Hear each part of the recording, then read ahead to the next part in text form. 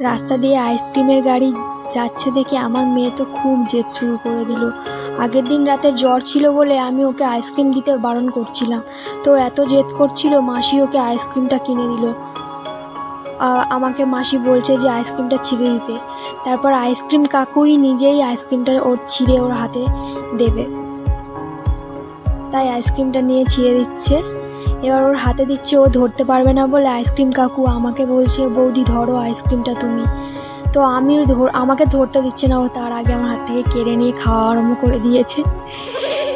দেখো কত ওর মজা লাগছে। আগের দিন রাতে জ্বর ছিল সেটা ওর হুঁশই নেই। কি সুন্দর আইসক্রিম খাচ্ছে। রাস্তা দিয়ে আইসক্রিমের গাড়ি গেলেই ও আইসক্রিম খাবে বলে জেদ করতে আরম্ভ করে দেয়। এবার আমি ওকে বলছি আমাকে একটু আইসক্রিম দেবে মা, দেবে। দেখো ও আমাকে আইসক্রিমটা দেখাচ্ছে, তারপর বলছে নাও তুমি খাও খাও।